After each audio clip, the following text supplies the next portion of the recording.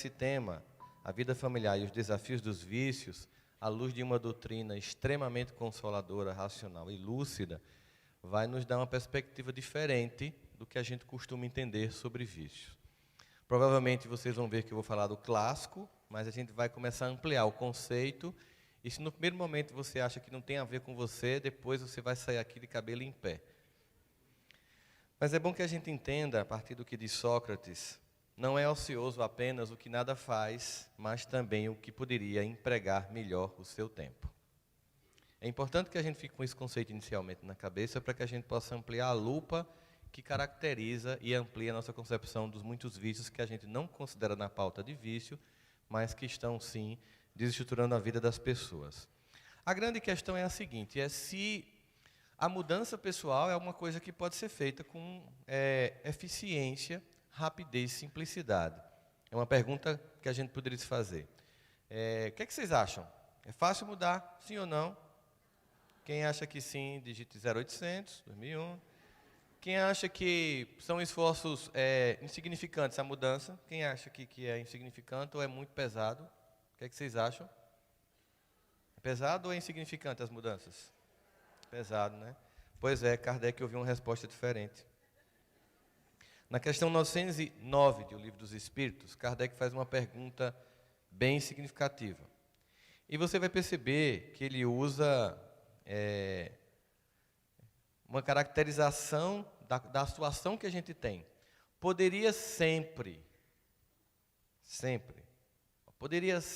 o homem, pelos seus esforços, vencer as más inclinações. Assim, quando você escuta essa pergunta de Kardec, você imagina que os espíritos vão dizer que sim. Mas o problema não é o sim, o problema é depois da vírgula do sim. Porque às vezes eles irritam a gente, né? Assim, sim, e frequentemente fazendo esforços muito insignificantes.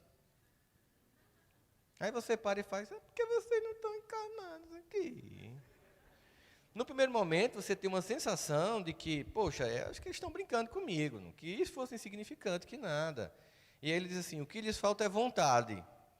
Aí você pensa, bom, lembrando daquele curso de inglês que eu nunca terminei, daquela academia que eu paguei 6 meses e nunca mais fui, daquele regime que começa toda segunda-feira, daquele vício que eu prometo largar no início do ano de janeiro de 2019, 2020, 2021, aí já começa a perceber que a falta de vontade é uma característica nossa.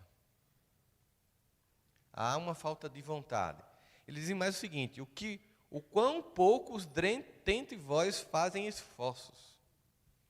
Ou seja, segunda-feira de carnaval 2019, somos preguiçosos. É essa a comunicação que os espíritos nos fazem. Nós queremos mudanças que acontecem terceirizadas. Nós queremos que algo, alguém, alguma coisa faça por nós. Nós pegamos uma revista de moda que está lá, aquela mulher diz assim, ou então aquele Men's Health, assim, perca a barriga em 3 semanas. Já tentaram isso? Você sabe que vende? Esses títulos são sempre os mesmos e vendem porque a gente compra como se comprar já começa a diminuir a circunferência. É um sentimento da gente de que alguma coisa que não seja esforço pessoal, repetitivo, levaria à mudança. Mas vamos lá para ver se tem sentido isso aqui, se são insignificantes e se falta vontade. No livro No Mundo Maior, de André Luiz, psicografia de Chico Xavier, na página 195 da FEB, diz uma coisa muito interessante. Quando Calderaro, o mentor, conversando com André Luiz, se referindo aos irmãos que são acolhidos nas câmaras de retificação com vícios e dependências de todas as ordens, diz o seguinte, quanto a estes infortunados, que fazer se não recomendá-los ao divino poder? E aí vai explicar o psiquismo que está por trás das pessoas que se ambientam nos processos de viciação. Tentam, igualmente, a fuga impossível de si mesmos. Então a gente começa aqui a construir uma concepção de vício que não se resume a drogas. A gente vai perceber isso. A tentativa impossível de fuga pessoal, desse encontro com a nossa própria interioridade. A mente deles também está apegada aos instintos primitivos e frágeis e hesitantes receiam a responsabilidade do trabalho de regeneração. O trabalho de regeneração que as pessoas nos dizem, o planeta Terra irá se transformar num mundo de regeneração. Vamos cantar Aurora, Tim Vanessa. A gente chora cantando Tim Aurora. Pronto, a gente já se vê lá. Quando termina a música, percebe que ainda está aqui. Bem-vinda, Aurora. Mas por quê? Porque esta regeneração do planeta, ela não acontece como se fosse uma força alheia à nossa própria vontade e participação. Existe uma responsabilidade pessoal no trabalho de regenerar a própria existência, o trabalho individual de cada um de nós de regeneração da nossa própria alma, através do Evangelho vivo de Jesus. Vai criando uma construção nova, uma nova criatura que rompe a tentativa de repetição instintiva, para que a gente tenha responsabilidade. Responsabilidade é lançar um olhar de lucidez e dizer, esse problema é meu e eu tenho que resolver. E tenho que fazer um esforço. E é um esforço mínimo. A gente começa a entender, e qual é a característica de quem não assume essa responsabilidade? Confúcio, na China, diz o seguinte, que o homem superior atribui culpa a si mesmo e o homem inferior atribui culpa aos outros. Toda vez que você estiver num lamento pessoal, dizendo que o seu problema tem a ver com outras pessoas, você está infantil. Sempre. Toda vez que você estiver conversando no atendimento fraterno, no WhatsApp da família, no seu terapeuta, e dizendo, eu sou assim por causa do meu marido, eu sou assim por causa do meu pai, eu não trabalho melhor no centro espírita por causa de fulano. Você está atribuindo culpa aos outros para não assumir responsabilidade e trabalhar a sua própria regeneração. É um diagnóstico simples, porque quando a gente pensa nisso, a gente pensa em Santo Agostinho. De noite fazer aquela lista sobre o dia que passou, é porque a gente pensa assim, é insignificante? Como é insignificante? É insignificante que eles estão dizendo o seguinte, se for diário, é esforço mínimo diário, que se soma.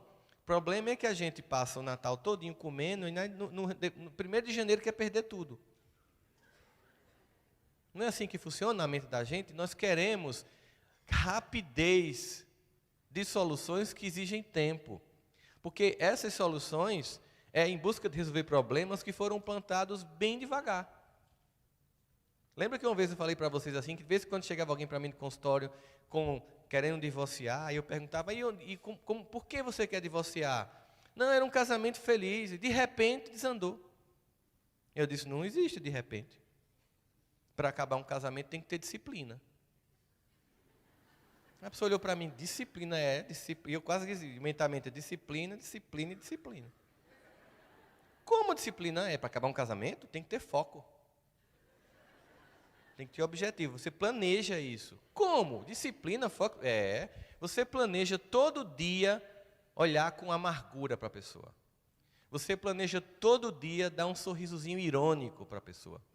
Você planeja todo dia fazer uma piada de mau gosto sobre a pessoa. Você todo dia fala dela na frente dela como se ela não existisse para um parente que chega. Porque tem gente que tá aqui em casa, comadre, tu sabe, né? Você planeja no seu evangelho abrir uma mensagem e fazer isso é a cara de alguém. E acaba com o teu evangelho. Porque não é a sua cara, é a cara do outro. Você faz isso dias, meses, anos. Aí de repente, o casamento acaba. Foi de repente? Não foi de repente. Então, para recuperar, vai ser de repente?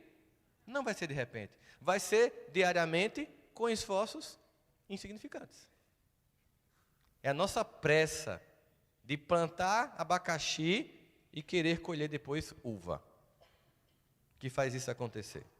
Bom, quando a gente pensa nesse sentido aqui de receiam a responsabilidade do trabalho de regeneração, ou seja, uma concepção que está em André Luiz, mas que está também na codificação, a gente vai lá para a obra de Freud e ele vai dizer o seguinte, que muitas vezes o vício é uma prisão voluntária, porque a maioria das pessoas não quer realmente a liberdade, porque a liberdade envolve responsabilidade e a maioria das pessoas não quer responsabilidade. E aí você junta a essa ideia, uma geração de pais que não dão aos filhos responsabilidades, você tem esse caos instalado, que é a sociedade que educou filhos com uma incompetência incomum. São pais que tiveram pais que tinham 14, 7, 20 filhos. Mães e pais que educaram 5, 6, 7, 20, 25 crianças. Você tem uma e não dá conta. Aí você pergunta, o que aconteceu? Não quer fazer o esforço diário e insignificante de educar todo dia um filho. É muito mais confortável viciá-lo em jogos eletrônicos, séries de TV e smartphone. Mas a gente vai chegar lá. Ok.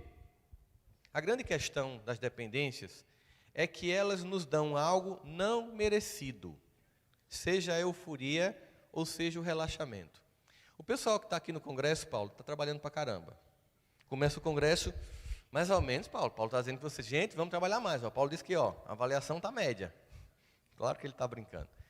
As pessoas estão aqui antes, planejaram desde o ano passado, montaram os cenários, toda essa estrutura.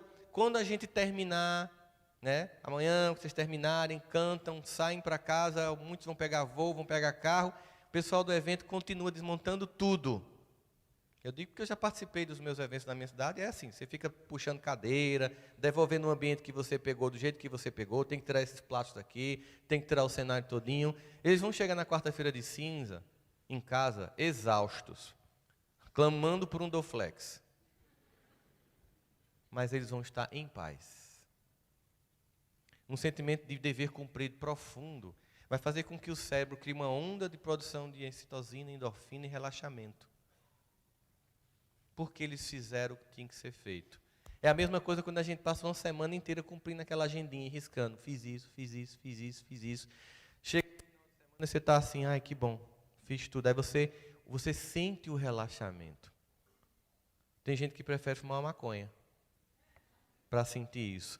Como esse relaxamento não foi provocado por uma recompensa justa de um trabalho, de um esforço, ela foi quimicamente induzida a uma conta a ser paga. Apesar de todo o papo da galera que diz, não, velho, isso é um papo careta. Muita gente inteligente fuma, velho. Povo da academia, povo dos artistas.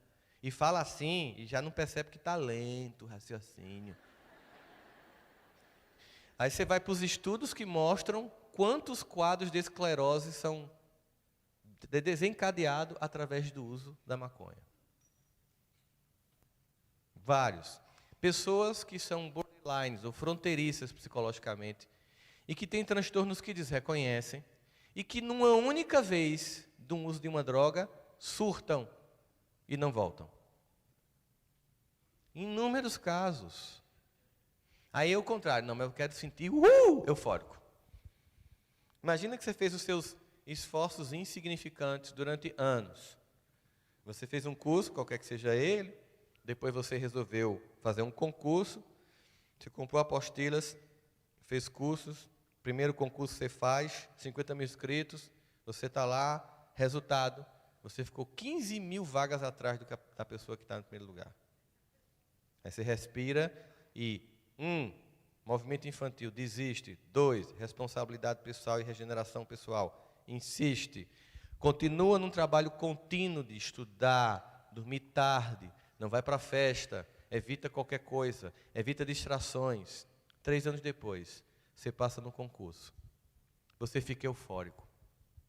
Você fica pulando quando sai o resultado. Você chega em casa pulando. É o que as pessoas querem com cocaína. Só que como não foi fruto de um esforço natural do cérebro que recompensou você, ela vai cobrar a conta. No início, aquela excitação química vai virar uma dependência e você vai usar não mais para se sentir bem, mas para ultrapassar o mal-estar que a ausência dela provoca. É um efeito que vai criando em você dependências. Então tudo tem um alto preço. Mas aí tudo bem, né? Eu sei que a maior parte aqui está tranquila porque, isso não tem nada a ver comigo. Mas agora, preparem-se. Bem-aventurados os que não usam redes sociais. Hoje, nós vivemos uma epidemia mundial de vícios em smartphones. Em média, e o Brasil é o maior caso do mundo, em média, passando 9 horas. Você sabe o que é você chegar lá do outro lado, depois de equívocos sucessivos, vidas após vidas, mesmo já tendo conhecido o Evangelho de Jesus? Machucado pessoas, traído confiança. E de repente você chega lá e diz, pelo amor de Deus, misericórdia, Senhor, me permite voltar ao cenário do planeta para desfazer o mal que eu fiz. E aí você pega a sua existência e passa horas de sua encarnação diariamente, através de muita disciplina, todo dia com a disciplina de curtir cada foto, cada comentário, mandar cada vídeo engraçado do WhatsApp para os seus grupos familiares, aqueles grupos fechados que você abrir e vai para um umbral direto, sem apelação de segunda instância. Tem tribunal que consiga lhe resolver a vida. Você fica numa virtualização da existência versus o empobrecimento irreal. É o novo vício da humanidade. Eu estava em Ilhéus segunda passada, num hotel, de frente para o mar, tinha uma piscina e ia fazer uma palestra numa escola. Cheguei de madrugada, acordei feito um zumbi, fui tomar café.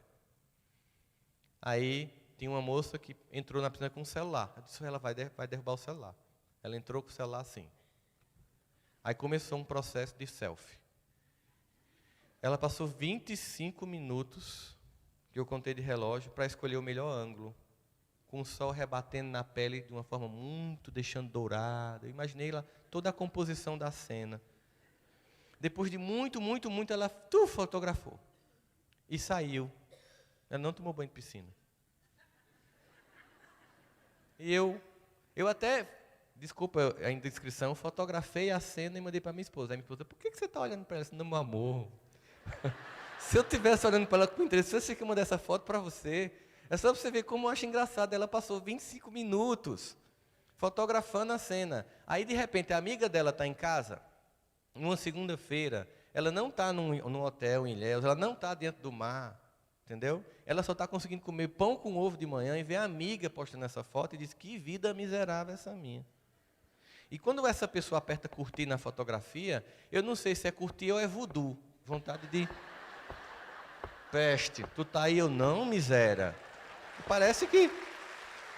Eu acho, sinceramente, que se o Facebook e o Instagram conseguisse enviar para a gente a energia desse curtir, a gente caía em casa, duro.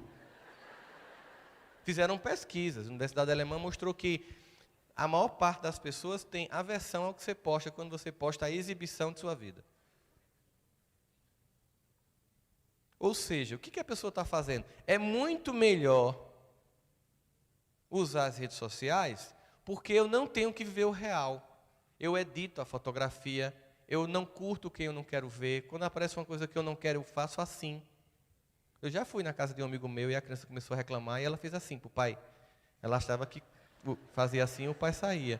Então é muito mais fácil o mundo touch, porque o mundo real exige convivência. O mundo real exige estarmos juntos uns dos outros. Mas as pessoas vão para uma festa de família e imediatamente pedem a senha do Wi-Fi, ou seja, é uma dependência, e as pessoas se desconectam profundamente. Aqui a maior parte de nós passou por famílias com muita privação material, mas muita unidade afetiva. Hoje nós criamos famílias com muita matéria e pouco afeto. Nossos filhos têm o que nós nem sonhamos ter. Quantos de vocês sonharam em ter um All-Star? Quantos só sonharam? Foi o meu caso. Alguém deve ter realizado, eu não realizei. Mesmo assim, essa privação material, diante de uma família que tinha conexão e afeto, conexão real, não representou dor. Quer ver uma prova? Chuva e relâmpago, porque aqui quando chove, chove. Né? Faltou energia na casa. O que acontecia quando faltava energia na nossa casa quando a gente era pequeno? Uma vela, sala, todo mundo se juntava. E, como a gente costuma dizer no Nordeste, para entreter os meninos, ou seja, para ficar fazendo o entretenimento das crianças, os pais contavam histórias. Começava a contar a história da própria família, depois vinha aquela parte de história de terror, com Madre Florzinha, e você ia regalando os olhos. E dizia para o irmão, vamos dormir junto. Ele dizia, mas a gente já dorme no meu quarto. Não, na mesma cama, que eu não vou dormir só hoje. E quando a luz chegava, era um mantra vocal. Ah, o que representa isso? Que pena que nós vamos nos desconectar.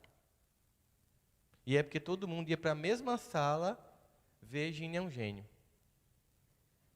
Que era a minissérie da nossa época, né? Hoje em dia não vai para a mesma sala. Vai cada um para o seu quadrado. Uma desconexão. O lamento hoje é, a Wi-Fi caiu. E acontece que as pessoas estão ficando estúpidas pelo tempo que passa nas redes sociais. O QI médio mundial, desde 2016, começou a declinar. Temos aí a China dominando a tecnologia mundial, com um 5G pronta, passando todo o Ocidente em todas as tecnologias. O governo chinês decidiu dominar a inteligência artificial, que vai dominar toda a empregabilidade do mundo, e decidiu que os alunos têm que estudar de 7 da manhã às 9 da noite, de segunda a sábado. E seu filho está vendo 10 episódios de Netflix. Quem é que você acha que vai ter emprego? Não estou dizendo que você vai botar seu filho para estudar de 7 da manhã, 10 da noite, de segunda a sábado. Mas essas facilidades provocaram uma desconexão e é um novo vício. É o vício da indiferença de chegar em casa, em vez de atender a demanda de um filho, dar um smartphone para que ele não tome sua atenção. É muito mais fácil, que é confortável. Eu lembro de uma piada que eu recebi no WhatsApp, que era assim, uma mãe dizendo assim, quando meu filho nascer, eu só darei jogos inteligentes, blocos lógicos, quebra-cabeça. Lerei livros com ele todos os dias. Aí depois o vídeo da criança tinha nascido, a mãe com ela gritando, liga, pelo amor de Deus, a Peppa Pig, que eu não aguento mais. É óbvio que dentro do cansaço você prefere terceirizar, mas não funciona, porque aí há um abandono e vocês vão entender como é que isso acontece na vida das pessoas. Temos ainda, por causa desse processo de abandono familiar que foi reforçado pelas redes sociais, hoje existe um aumento significativo da carência e da perda de autoestima, diagnosticado por várias pesquisas do comportamento humano. O abandono familiar, da falta de contato, tem gerado perda de autoestima, de conectividade, sentimento de não pertencimento. Aí a carência aumenta, você tem um aumento e incremento dos índices de suicídio infantil e de adolescente, que era raro há 15 anos atrás. Você tem depressão, pânico, angústia e medicação precoce. Você tem hiperatividade superdiagnosticada, muitas vezes equivocadamente. E aí você tem uma geração inteira de pessoas que ficam num sentimento de desvalia tão grande que entram em um novo tipo de dependência afetiva. Por se sentirem menores, excluídos e pouco importantes, na comparação com as pessoas que curtem nas redes sociais, desenvolvem um sentimento de menosprezo tão grande de si mesmo que suportam relações humilhantes, degradantes, onde há traição, desprezo, mágoa, porque preferem ser um terreno baldio para o lixo afetivo dos outros do que ter a dignidade da própria solidão. Doeu? Era o objetivo.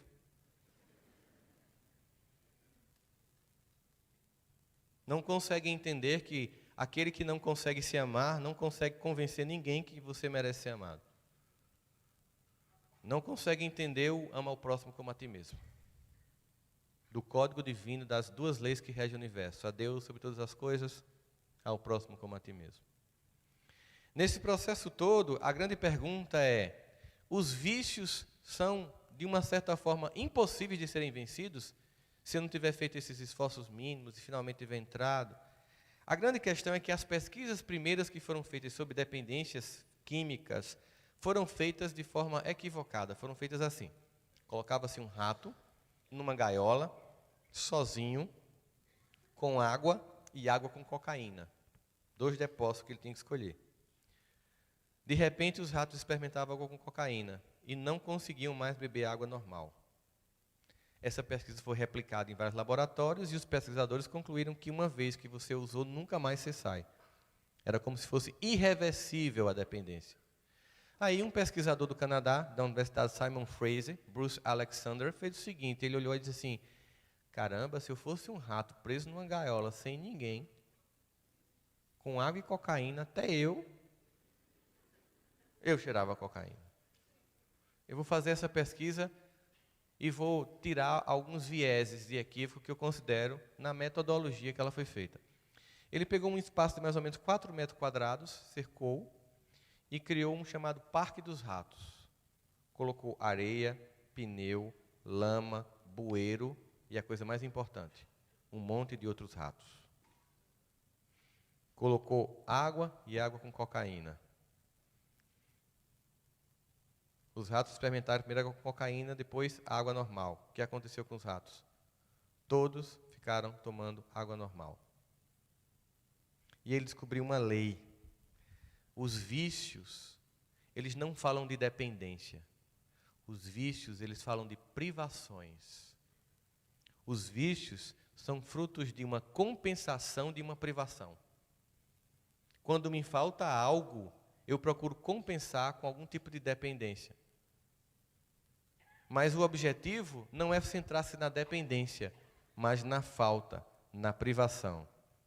Vamos tentar entender isso aqui agora. Vou pegar aqui 4 níveis em que a gente pode identificar a privação. Privação física. Vamos considerar que eu acredito que a maior parte das pessoas que estão aqui no auditório tem o que comer. Concordam comigo? É provável que aqui ninguém esteja passando fome em casa, a não ser por necessidade de regime alimentar. Meu caso. Né? Então, não temos essa privação. Muitos irmãos nossos já têm essa privação de começo. Muitos irmãos nossos não têm o que comer hoje. Amanheceu o dia sem ter nada para pôr na boca. Não tem nada para dar para os filhos agora no almoço. E não tem previsão de jantar. Muitos de nós, com certeza, já devem ter feito algum esforço e devem se sentir, de algum modo, importante no grupo social. Às vezes no colégio, na universidade, no trabalho, na instituição espírita que você faz parte. Nós já temos um certo sentimento de pertencimento familiar e de status social. Muitos nem têm nada disso. Nós não temos essa privação. Muitos de nós devem ter alguém com as imperfeições comuns de um relacionamento que ama. Muitos nem têm isso. E nós que estamos aqui num carnaval, escolhendo um outro bloco, o bloco do cristianismo redivivo, nós certamente temos uma busca espiritual. Muitos nem isso têm. Observe que pela minha lista aqui, a maior parte de nós tem pouca privação. O que justifica nossos vícios. Mas você imagina alguém que está numa favela grande, uma comunidade grande. Tem comunidades no Brasil que tem a população da minha cidade, 400 mil habitantes.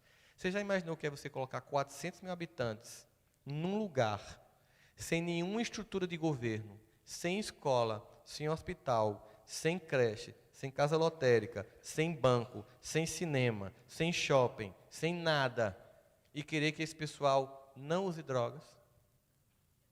Com privação de todas as ordens e ainda sob o comando não do Estado, mas do tráfico? Veja o nível de privação dessas pessoas. Aí você, Rossandro, eu entendo. E por que o menino de classe média de Goiás se vicia? Porque ele tem privação afetiva de pais indiferentes. Que desenvolveram um outro vício.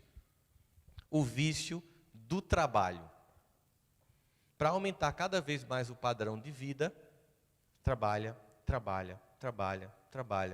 Se puder trabalhar de noite, trabalha final de semana, para comprar um outro carro, para comprar outro apartamento, para levar os filhos para a Disney. Como faltou a pessoa, e só veio os objetos, essa privação afetiva gera uma carência absurda que vai ser compensada com dependências. As dependências sempre tentando compensar privações. Tem até a obsessão espírita, que é aquela pessoa que vai para o centro segunda, terça, quarta, quinta, sexta, sábado, domingo. E a família? Você está indo servir Jesus ou fugir de sua família? Será que todas as suas noites ausentes de casa não estão gerando alguma falta, alguma privação? Qual é o seu maior compromisso? E uma vez eu atendi uma pessoa no atendimento fraterno. Meu marido é uma pessoa irritante, é uma pessoa difícil. Então eu trabalho aqui no Centro Espírita toda noite para ver se Deus ilumina aquele homem. Entendeu a lógica? Na verdade, ela estava deixando abacaxi para os filhos. E quem escolheu aquele cara para casar foi quem? E qual é o compromisso afetivo? É de você viver a relação e suportar a relação e desenvolver a relação e não fugir da relação e de botar a culpa em Jesus. Fica faltando, vai depois a filha foi lá, que nem espírita era. Eu não venho aqui não, porque aqui é onde minha mãe foge dos problemas dela. Ela deu o diagnóstico imediatamente. E fico eu lá em casa suportando o marido que tem que ser dela, porque eu tenho que fazer a minha história. Eu fico lá atendendo as demandas de uma esposa que quem teria que atender era ela. E isso está me cansando. Era fuga. A desculpa? Trabalhador espírita. Nós podemos criar várias formas de vício sem saber disso.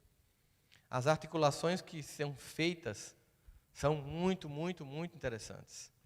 E aí a gente começa a perceber uma coisa aqui, né? Que a maior parte das dependências, no fundo, elas podem ser abandonadas quando a privação acaba.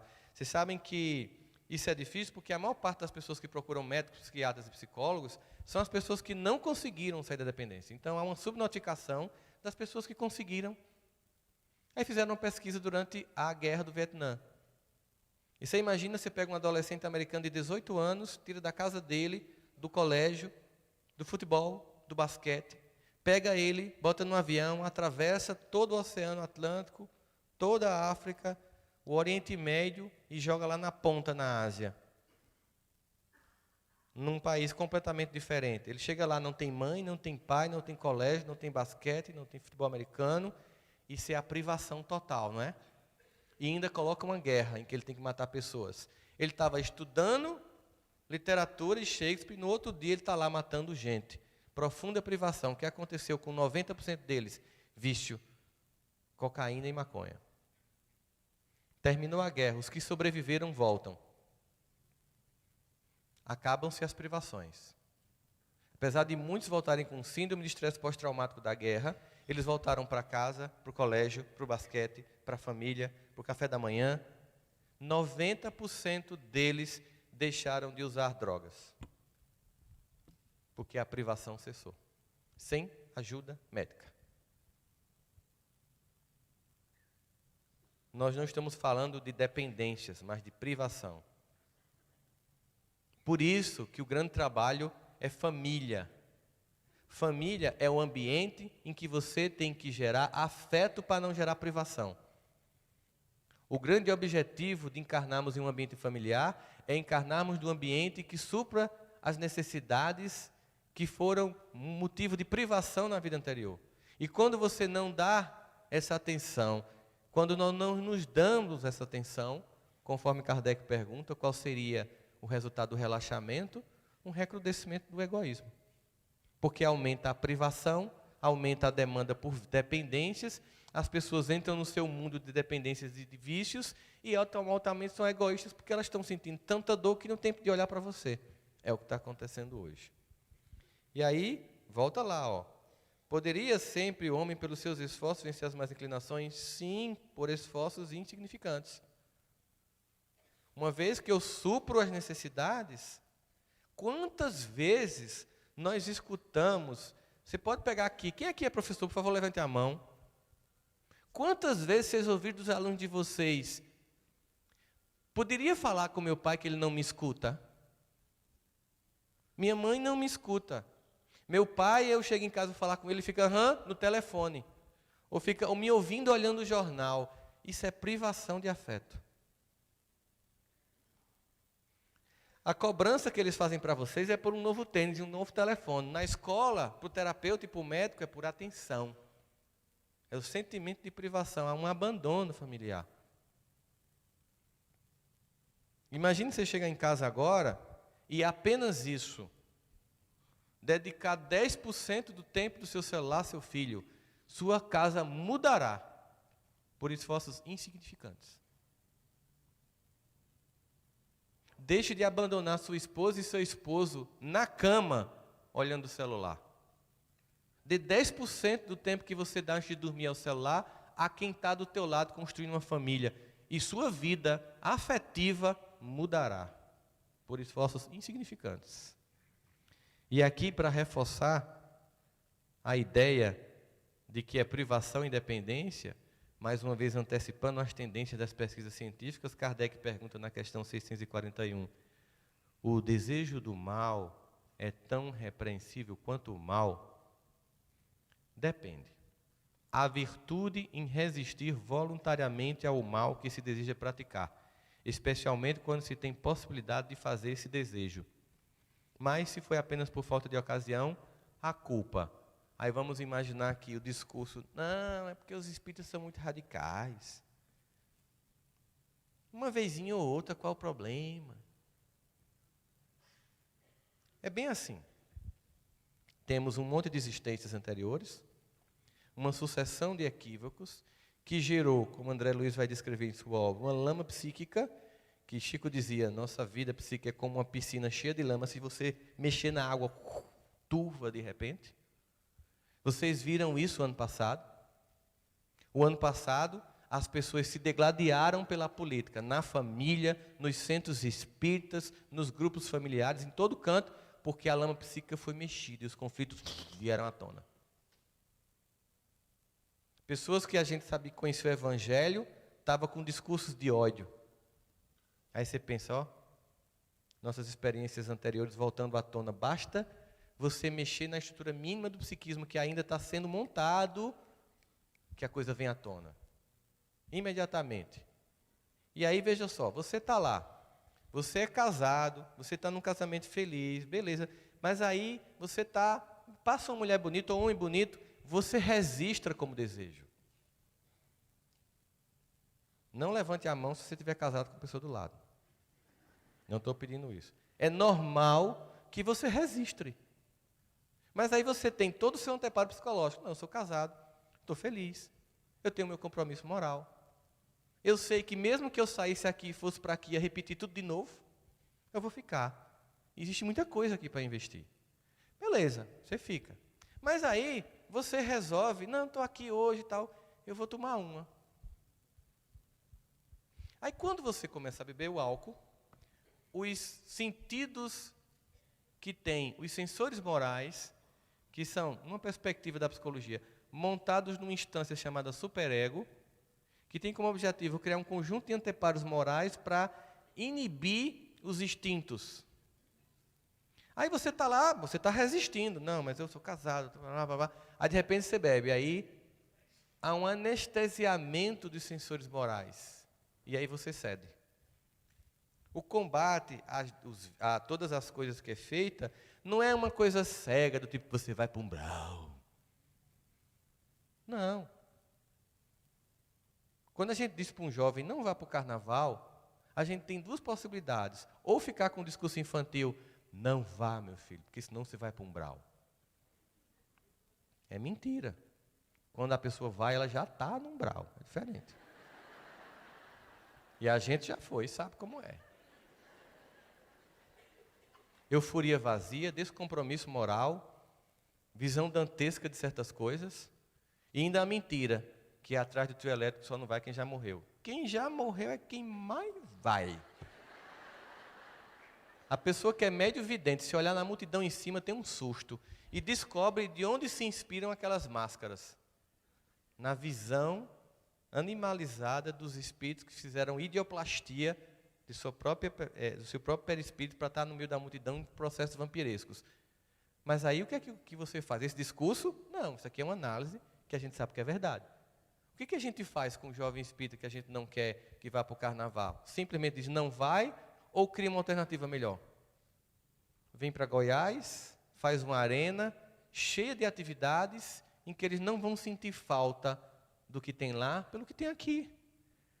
Eu não faço privação. Eu dou mais do que aquilo que está sendo oferecido lá fora. É assim que você faz. E aí você cria resistência moral. Porque aqui ele está aprendendo conceitos, vivências, experiências, conhecendo jovens de outras famílias espíritas. Ah, mas sabe, tem um filho meu que não vem. Sempre tem. Você é a ovelha negra da família. Sempre tem. É o nosso desafio. Aí vai julgar quando chegar em casa, ó, meu filho, seu irmão foi para o FEG, você não foi. Sei não, só Jesus. Não é acolhimento. É assim, o que é que eu não estou dando na minha casa? O que é que está faltando na minha conduta com este filho para que ele tenha preferido ir para o carnaval? É pergunta com leveza, sem culpa.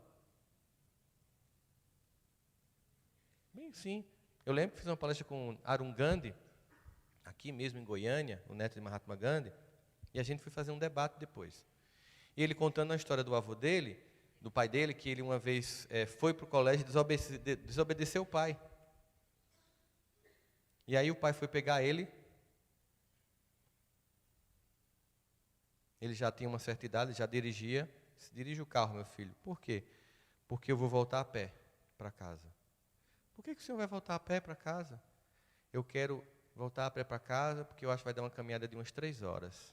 É o tempo que eu vou procurar entender onde foi que eu falhei com você, para você não ter me obedecido. E ele foi atrás do pai o caminho inteiro no carro.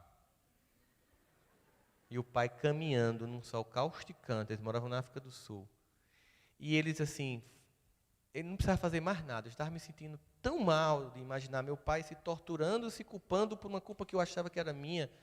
Mas quando eu cheguei, eu percebi que ele não estava fazendo um teatro, ele realmente estava se perguntando o que foi que eu fiz para meu filho não me obedecer.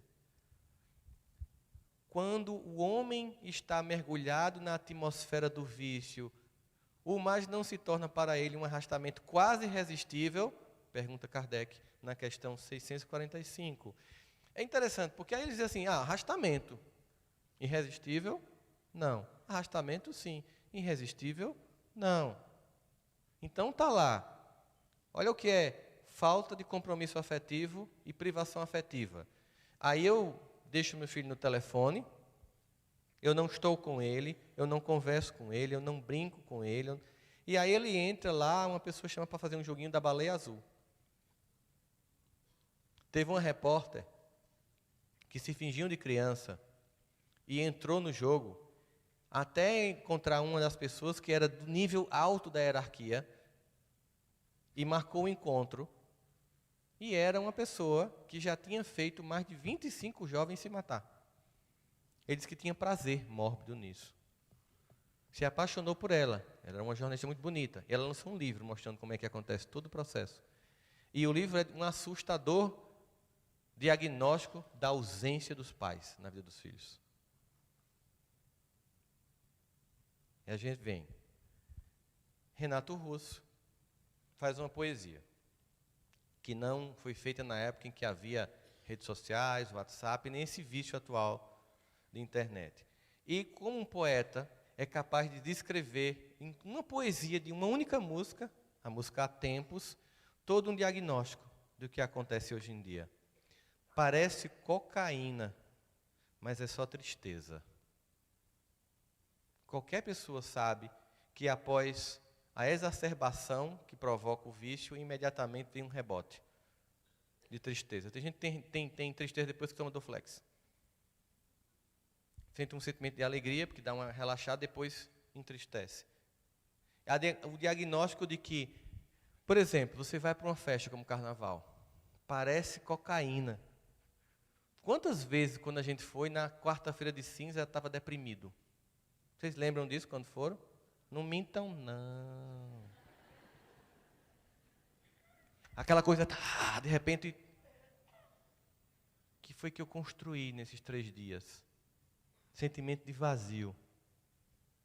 Ele vai dizer assim, nesse processo de desconexão das pessoas, em que parece cocaína, mas é só tristeza, muitos temores nascem do cansaço e da solidão. Muitos temores.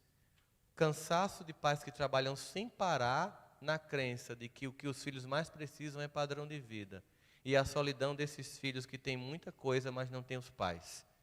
E nos dois, há cansaço nos pais, a solidão nos filhos e há temor na família e desconectividade. E a partir desse processo de descompasso, provocado pelo cansaço, a solidão, ele vai dizer, então um descompasso, um desperdício.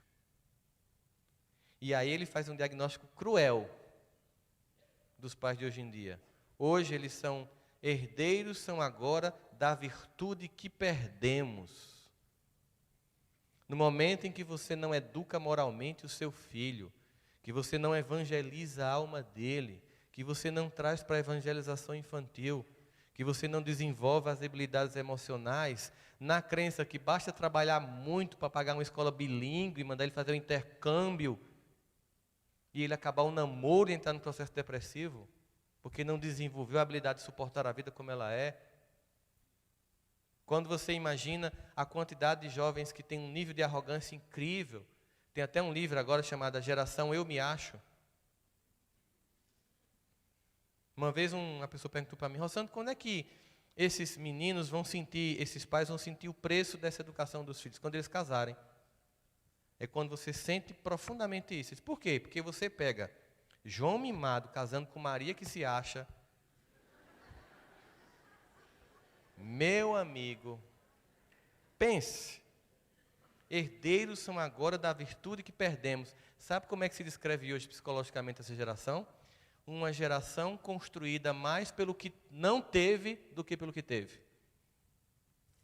É uma geração que os pais não estão conseguindo dar para eles moralmente o que receber dos próprios pais. O que mostra uma profunda incompetência. É uma geração que os pais podem se perguntar aqui no auditório, e quem está nos vendo ao vivo agora, pelas redes sociais, pelos canais todos que estão transmitindo, pergunto para você, se você fizesse com seu pai e com sua mãe o que seu filho faz com você, o que aconteceria?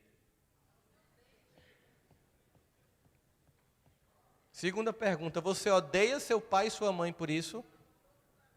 Não. E o que você acha que vai acontecer? Eu estava com um amigo meu, no shopping, chegou o filho dele, ele disse, bora filho, vou indo agora, vamos lá visitar vovô. Deus me livre, aquele velho gagá. Mas é seu avô, ele está doente, ele está prestes a morrer. Ah, vou não, pai. Sim, me dê R$50 que eu vou comprar um sanduíche. Aí ele tirou e deu. Aí vocês sabem, né? Perto de um psicólogo que fala sobre educação de filhos. Eu fiz, não, velho, não acredito que tu fez isso não. Tu é muito incompetente, meu irmão. Tu viu o que tu acabou de fazer? O que foi? Você estava mendigando para o seu filho visitar o homem que te criou. Você acabou de desonrar o seu pai. Um homem que se sacrificou. Um homem que eu sei que deixou de estudar para trabalhar, para que você fizesse um curso e se tornasse um profissional brilhante. E esse homem que fez esse sacrifício, você está mendigando o seu filho para visitar. Você tem noção do que vai acontecer com você quando tiver a idade dele? E você ainda deu dinheiro para ele comprar o sanduíche. Herdeiros das virtudes que perdemos. Aí é uma geração que se sente vitimizada. Eles assim, olha, tua tristeza é tão exata, dá para diagnosticar ela. Você fica tão preso no computador, no telefone, no seu mundo de jogos em rede, que você não vê. E hoje o dia é tão bonito. Tua tristeza é tão exata. E hoje o dia é tão bonito. Aí ele diz uma coisa que dói ainda mais. Mas nós já estamos acostumados a não termos mais nem isso. Nem isso. E continua. Os sonhos vêm, os sonhos vão, e o resto é a vida como ela é, imperfeita. Mas os pais querem que tudo seja funcional. E aí, quando a gente pensa nos muitos jovens que realmente chegam para a gente e dizem assim, meus pais não me escutam, ele diz assim, ó, dissestes que se a tua voz tivesse força igual à imensa dor que sentes, o teu grito acordaria não só a tua casa, mas a vizinhança inteira.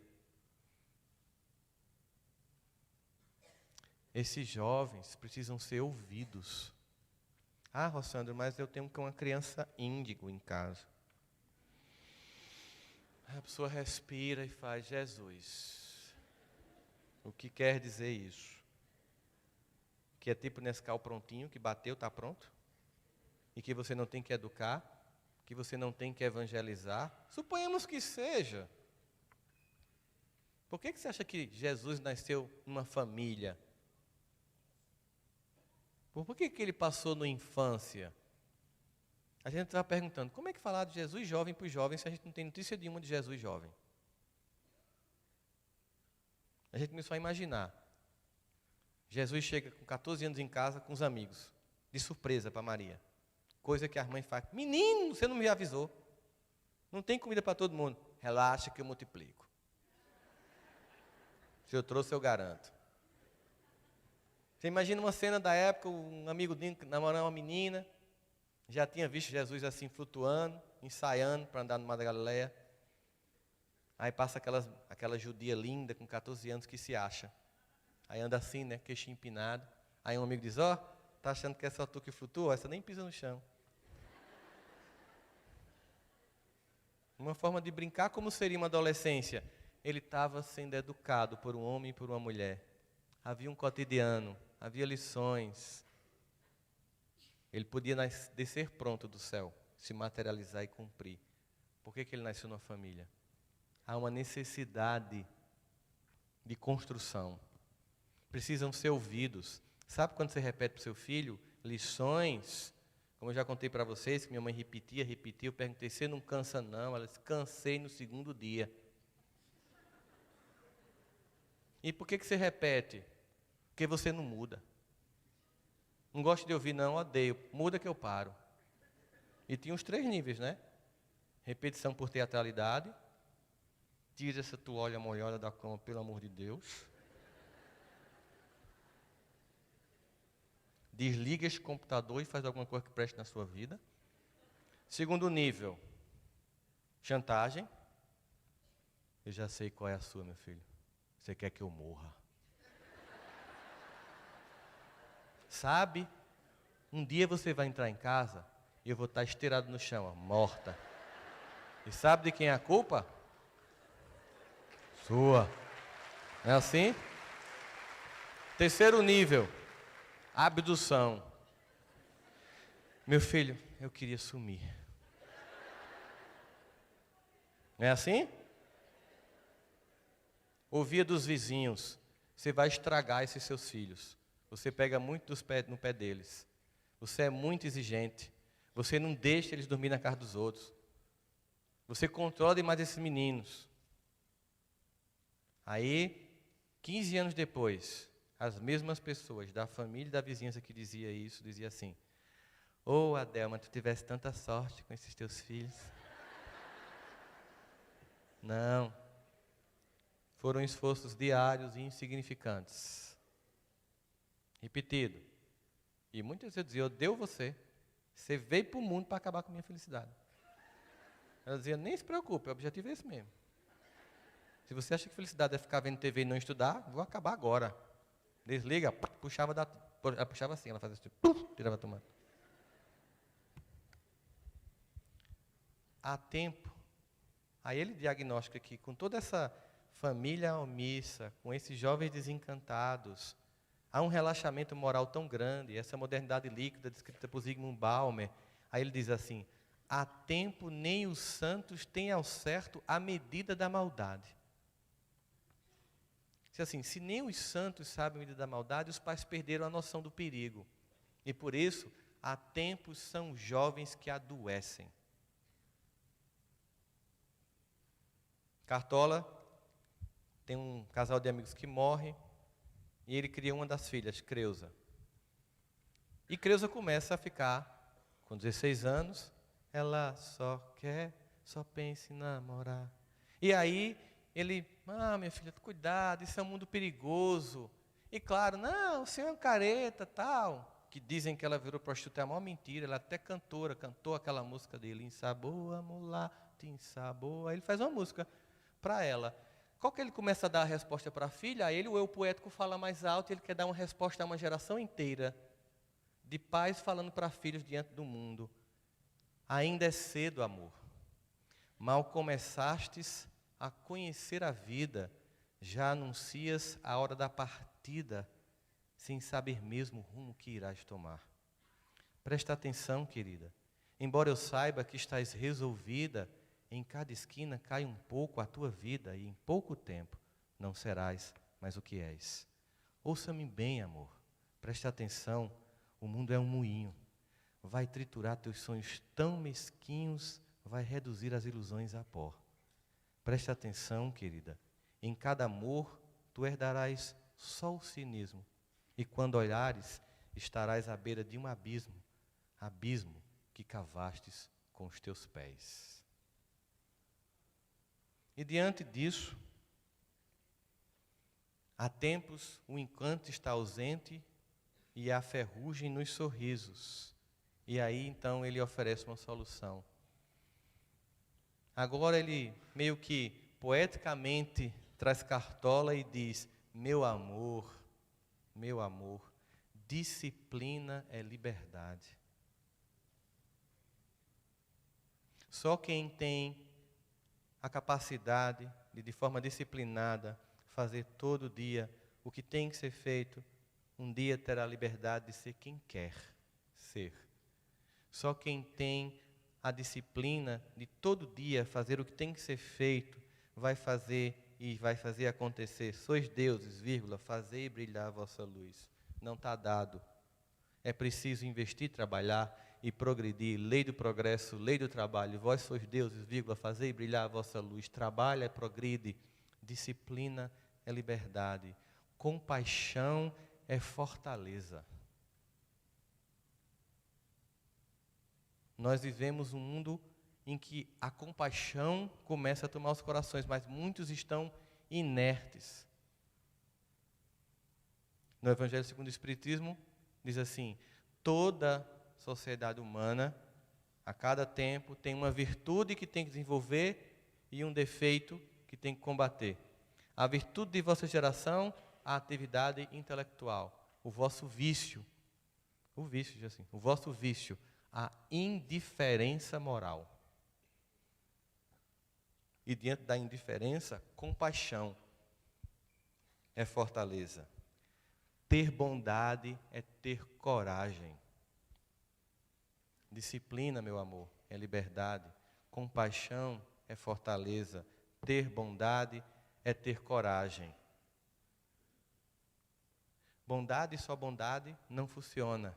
Questão 932 do Livro dos Espíritos. Por que no mundo tão a miúda a influência dos maus sobrepuja a dos bons? Por fraqueza destes.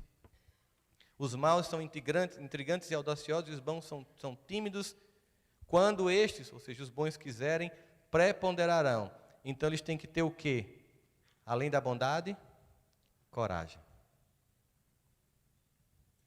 E finalmente diz: onde é que eu busco tudo isso? Lá em casa tem um poço. E a água é muito limpa. É no momento do desespero, quando abandonado, dá tudo errado, que ele volta para casa e encontra no colo dos pais o consolo.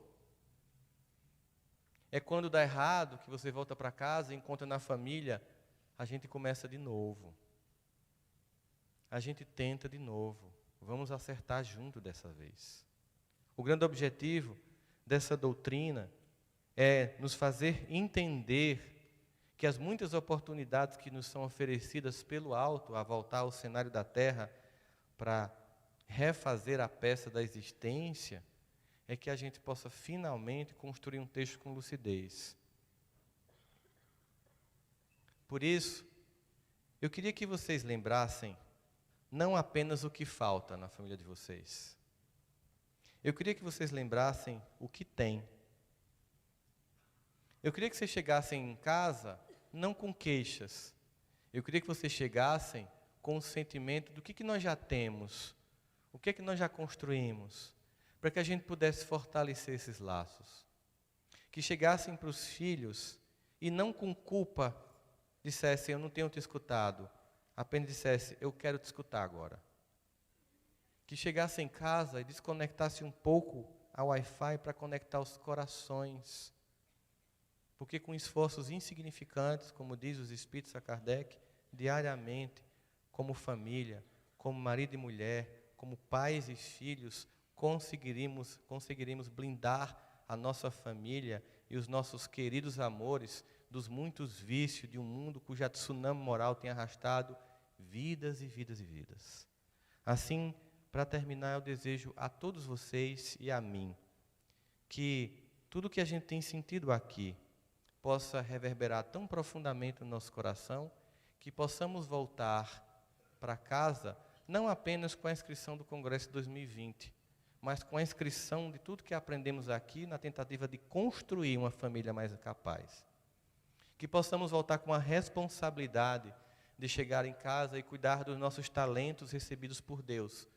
Nossa esposa, nosso esposo, companheiro, companheira, filho, filha, tia, avó, amigos, nossa tarefa, nossa família espírita, a unidade desse movimento cujo Pacto Áureo comemora 70 anos. Apesar das nossas diferenças, calarmos para que a coisa mais importante, que é Jesus, esteja à nossa frente. Que a gente possa chegar na nossa casa e construir nossos afetos. Que Deus ilumine a família de vocês. Ele que sonda, como diz Davi, conhece, mesmo quando a gente está calado, mesmo quando não tem palavras, sondando a dor que tem no coração de cada um, chegue lá, acorde, desperte e transforme. Que os filhos sejam de vocês herdeiros das virtudes do Evangelho de Jesus e que vocês possam, ao final dessa jornada, ter um sentimento de dever cumprido e ouvir do outro lado, servo fiel, multiplicastes o talento que eu te dei. Muito obrigado, muita paz. Um grande prazer estar aqui com vocês.